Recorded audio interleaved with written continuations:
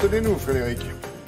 C'est le festival d'Angoulême. Oui. D'abord, oui, les Échos se félicitent que contrairement au marché du livre en général, celui de la bande dessinée se porte bien. Regardez, les ventes ont progressé de 9% l'an dernier, au plus haut depuis 10 ans, que ce soit la BD classique qu'on appelle franco-belge ou bien les mangas à la japonaise, etc.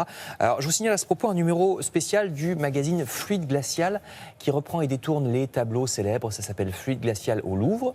Il y a la couverture qui reprend le radeau de la Méduse. Le Figaro, de son côté, consacre un article à l'une des icônes de la bande dessinée française, hélas disparue trop tôt, il y a un peu plus de 40 ans, l'immense René Goscinny, scénariste génial, entre autres d'Astérix ou de Lucky Luke. Il sera l'objet, Goscinny, ce soir d'une émission sur Arte à 22h25. Le festival d'Angoulême, donc, c'est jusqu'à dimanche. Je reste dans l'humour, un humour fin et sarcastique à la Goscinny, justement, avec le magazine Stratégie, magazine sur le monde de la communication qui nous fait part d'une tendance de plus en plus sur ce réseau social qui s'appelle LinkedIn. C'est une sorte de Facebook pour les relations professionnelles, LinkedIn. Voilà. De plus en plus, donc, sur ce réseau social, les internautes se moquent du monde soi-disant merveilleux des startups, de la publicité, des entreprises de communication qui sont censées être si agréables pour les travailleurs alors que pas du tout. De faux profils humoristiques commencent à éclore avec des internautes qui expliquent que leurs patrons sont très gentils et s'inquiètent pour leur santé quand ils voient que leur employé a travaillé 14 heures par jour. Façon humoristique de dire que c'est pas le cas du tout. Dans ce milieu, on a tendance à user les salariés jusqu'à la corde. Le rétro, l'image, c'est marrant.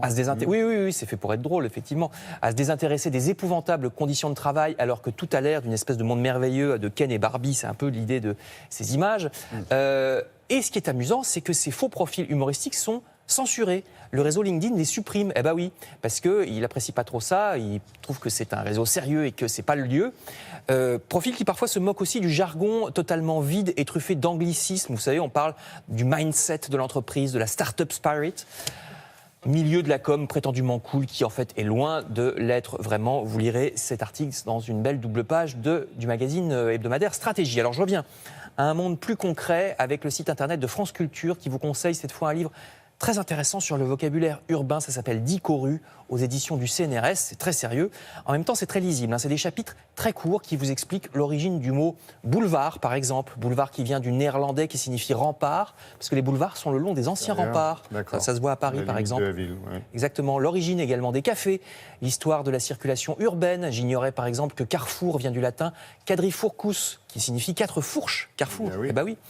Toute la vie des villes est abordée dans cet épais bouquin, les feux de signalisation, les délimitations, les murs, les palissades, les usines, les trottoirs. Excellent livre qui s'appelle donc 10 Corus aux éditions du CNRS. Enfin, que ce soit en ville ou à la campagne, je termine. N'oubliez pas qu'on quitte à peine l'époque de la galette des rois pour entrer dans celle d'une autre douceur, les crêpes. Puisque ce sera bientôt la chandeleur, la candela, candela, la chandelle, parce que c'est la fête des Lumières. Alors, ça vient de la Vierge Marie qui présente l'enfant Jésus au temple. C'est surtout une fête que les catholiques ont récupérée de fêtes païennes. Et c'est essentiellement l'occasion de faire des crêpes avec plein de recettes qui vous seront données dans le supplément week-end de la Croix. Merci beaucoup, Frédéric.